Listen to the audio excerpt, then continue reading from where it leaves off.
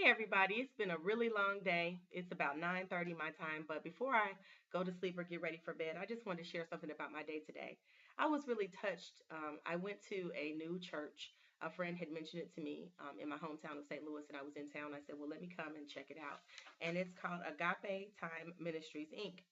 And I was told that it was going to be children's church, but of course I just expected that it would be children singing and that would be about it. But I did not know that they were going to conduct the service, and I thought it was truly amazing.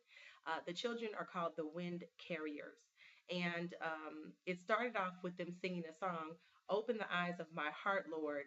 I want to see you. I want to see you." And I love that because not only were they singing it, then they had soloists who were singing the verse. And so it was about four or five soloists. And I mean, some of them were like this tall. Okay, then they opened with another song, "Here I am to worship, here I am to bow down, here I am to say that you're my God." And they continued that way. Then the 16-year-old got up. Now, all of these kids were probably 12 and under. And the youngest one, I don't even think he was two. Then a young lady got up and she said, I have a testimony from my heart. I want to introduce two amazing people, two wonderful workers of God. I'm privileged to be here with you. I could not be here without you. And Minister Pam has a smile that encourages.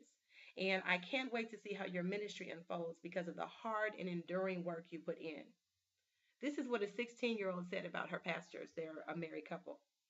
And they explained to us that they were a training facility and that not only do they teach the parents to minister, to be evangelists, to be pastors, and things like that, but the children are right alongside of them learning these lessons at the same time. And I thought that that was so powerful. And that's why I wanted to reach out to you all to let you understand that kids are really trained up in the way that they should go based on what they see and what they don't see.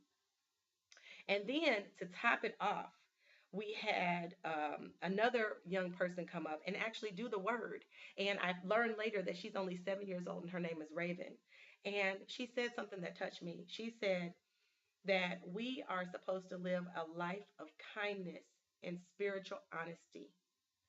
And if you drop your heart, bad things will start happening to you. And if you drop your honesty, you will start lying. And of course, more bad things will happen to you. And then she said, we must pray and take the devil out of our bodies and put Jesus back into our bodies. That's what she said. I want you all to know I was so touched by that. She said that the Lord touches her when she is sleeping and that he heals me even when I'm not hurt. And she had some picture. She had a little heart and then another heart and another heart. And then she had a seashell. And that just about brought me to tears. She said, we can hear him wherever we are when we have this shell. You guys, we make it so complicated as adults, and sometimes it can just be so simple.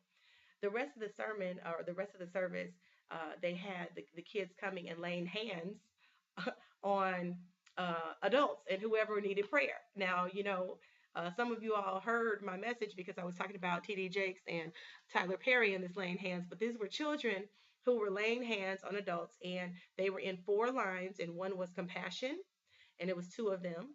One was joy, two of them. One was bloodline, two of them, and the other was authority. And so, depending on when you got up, you were assigned to one of those lines. And I just loved it. It was wonderful. And the last thing I want to leave you with is before Raven came up, her friend introduced her, and he was, I guess, about seven as well. And he said, "Hi, I think his name was Claude, I'm not sure." He said, "I'm here to introduce my friend. She is kind, she is nice, she is funny, she is smart, and she sometimes gives me a hard time." Isn't that precious? You guys, we can be kind, funny, smart, and give people a hard time. And we can also watch what we say or do. There is a passage in Joel, and it talks about sharing your legacy with your children. And what I can say is tell the children, tell them all, tell them all, tell them all. Tell them what you did and what you didn't do so that they can repeat your victories and not repeat your failures. And when I post a video, I'll post a scripture. I know this is a little long and it's just been a long day.